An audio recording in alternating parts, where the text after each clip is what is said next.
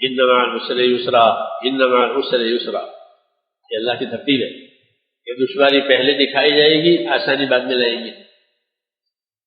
تو جو کھڑے ہوتے ہیں وہ دشواریوں میں کام کر لیتے ہیں اور پھر وہ آسانیاں دیکھتے ہیں۔ منافق کھوٹے تھے تو وہ چھٹ جاتے تھے، جان بچا لیتے تھے، نکل جاتے تھے بہانے مارے۔ یہ حضرات ثابت قدم رہتے تھے، اسے حضور نے ان کی تعریف فرمائی کہ یہ وہ طبقہ ہے کہ مشکلوں میں اور مشکل کام میں سب سمٹ کر آ جاتے ہیں، اور آسانیاں ہوتی ہیں تو دوسروں کو ڈال دیتے ہیں۔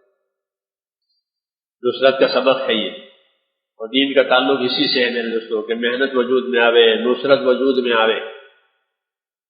نصرت کی مثال ایسے ہوتی ہے جیسے زمین کو پانی دینا۔ زمین کو اگر پانی دیا گیا تو زمین آباد ہو جائے گی اور اس کے اندر کی خیرات باہر آ جائے گی۔ ایسے ہی دین کا کام ہے، اگر دین کو نصرت دی گئی تو دین آباد ہو جائے گا، اور اس کے اندر کی جو خیر ہے وہ کہ اس کے اندر کی جو خیر ہے وہ باہر آئے گی۔ اور اگر یہ پانی کٹ ہو گیا پھر سوکھ جائے گا۔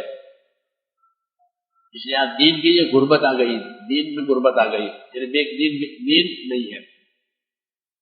آپ حضرات سنتے ہیں، سناتے ہیں کہ کلمہ بھی لوگوں کو یاد نہیں ہے، 50 سال کی عمر ہے، 50 نماز نہیں پڑھی 50 سال سے، یہ بے کسی کہلاتی ہے۔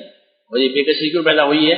یہ بے کسی اس لیے پیدا ہوئی ہے کہ اب نصرت جتنی ہونی چاہیے وہ نہیں رہی، اور اگر نصرت ہو جائے تو پھر اس کی خیرات موجود رہے گی۔ میں فیجی گیا، انجمن فیجی ویسے جزیرہ ہے اور بہت جزیرے، ایک جزیرہ بہت دور تھا، تو ان لوگوں نے ہمارا وہاں جانے کا پروگرام بنایا کہ ہوائی جہاز سے جانا پڑے گا۔ اچھی بات ہے، ہم وہاں پہنچے، اللہ کی شان، وہاں پہنچے تو وہاں تو دارالعلوم ہے، کیا ہے؟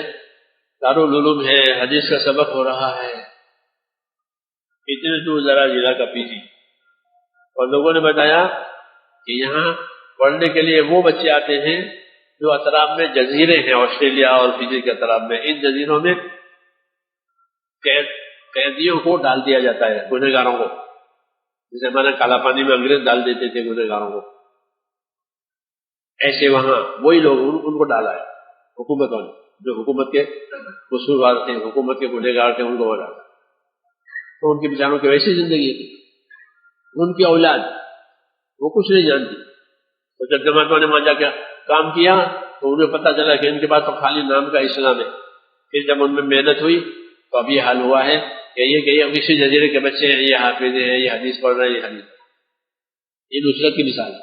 جب نصرت ہوگی تو وہ خیرات وجود میں آئے گی، جب وہ حدیث پڑھنے والے اور قرآن پڑھنے والے اور پڑھانے والے، تو وہ میں نے وہاں دیکھا، دور دراز علاقہ بجلی کا جب پہلے سورج نکلتا ہے، سورج پہلے وہی نظر آتا ہے مشرق میں۔ اس لیے میرے بھائیوں، ہماری ذمہ داری ہے اس بات کی کہ اپنے دین کی نصرت، ہم اپنے دین کے مددگار بنے۔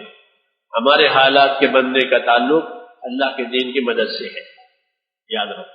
جب اللہ تعالیٰ کے دین کی مدد ہوگی کہ پھر ہمارے حالات بننے والے ہیں، اور اگر دین کی مدد نہیں ہوئی تو پھر دنیا کے اسباب ہمارے حالات نہیں بنائیں گے۔ پکی بات ہے کہ امت کے حالات دنیا کے اسباب سے اللہ نے پہلے بھی نہیں بنائے، بلکہ نصرت کی وجہ سے ان کو دنیا کے اسباب اللہ نے دیے۔ جب یہ دین کے مددگار ہوئے تو اللہ تعالیٰ نے ان کو دنیا کے اسباب دیے، دنیا کی عزتیں دی۔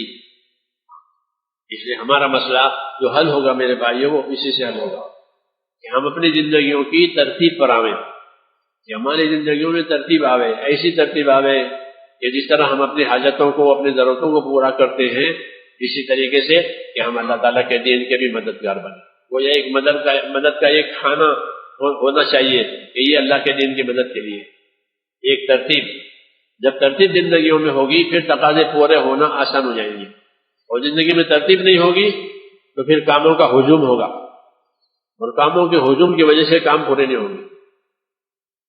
اور ترتیب میں دین کو مقدم کیا جائے گا، اس کو کہ دین کو مقدم کرو، کہ دین کو آگے رکھو۔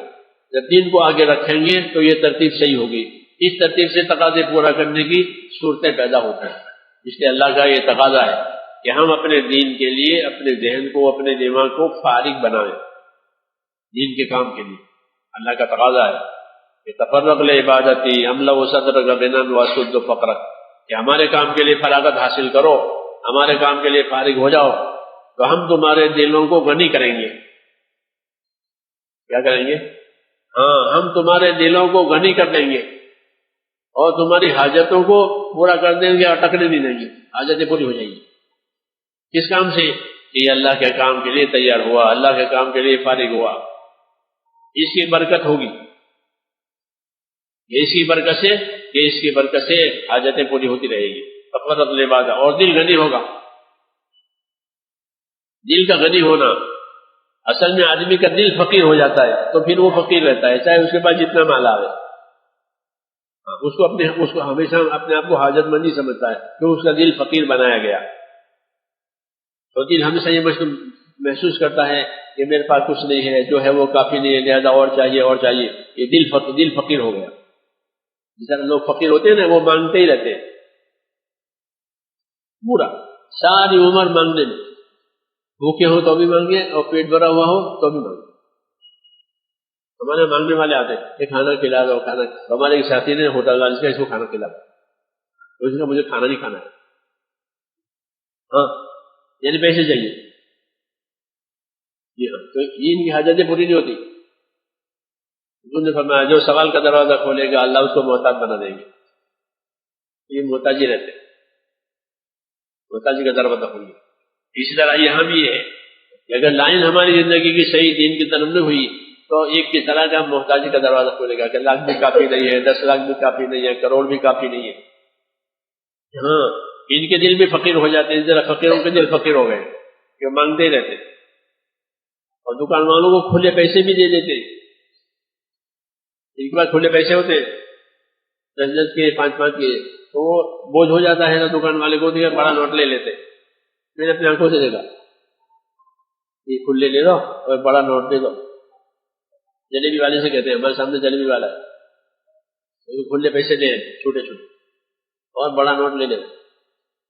اور مکہ معظمہ میں ایک دفعہ ایک ساتھی کو 100 ریال کھلے کرنے کی ضرورت پڑی. دکان والے کے پاس گیا اور درخواست کی 100 کا ریال ہے، 10 کے دے دیجیے. تو اس نے بیچارے نے معذرت کی دکان والے کہ میرے پاس تو ہے نہیں. اور کیا کہا عربی میں؟ روح عند المساکین، یہ جو فقیر مانگ رہے ہیں ان کے پاس جاؤ، یہ کھلے دے دیں گے. یہ مشورہ دیا دکان والے نے کہ روح عند المساکین، یہ جو مسکین مانگ رہے ہیں یہ کھلے دے دیں گے.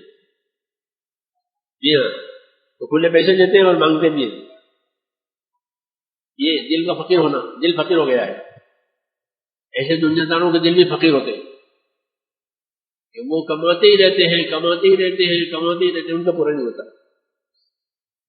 ان کے دلوں کو فقیر بنایا گیا. اور دین کے لیے ان کے پاس وقت ہوتا، عبادت کے لیے وقت میں کچھ نہیں. یہ کہا کہ ہمارے کام کے لیے فارغ ہو جاؤ، ہم تمہارے دلوں کو غنی کریں گے اور تمہاری حاجتوں کو، ضرورتوں کو اٹکنے نہیں دیں گے، نکال دیں گے. اور نہیں کرو گے تو وَإِلَّا تَفَلْ مَلَاتُ يَدَيْكَ شُغْلًا وَلَا سُدُّ فَقْرًا، اگر ہمارے کام کے لیے فراغت نہیں ہوئی تو پھر ہم تمہاری زندگیوں کو کام دھندوں میں پھنسا دیں گے. پھنسے ہوئے ہم پھنسا دیں گے، اس میں اللہ کہتے ہیں جانب اللہ کی طرف سے کہ ہم تمہاری زندگیوں کو کام دھندوں میں پھنسا دیں گے اور تمہاری حاجتیں اور ضرورتیں پوری نہیں ہونے دیں گے. تو جہاں ہے وہیں کہ وہیں ہے. جی ہاں، یہ سزا ہوتی ہے، جہاں ہے وہیں کہ وہیں ہے. دنیا کا کام پورا نہیں ہوتا اور دین کے کام کا موقع نہیں ہوتا، دونوں، اور اسی میں زندگی پوری ہو جاتی ہے.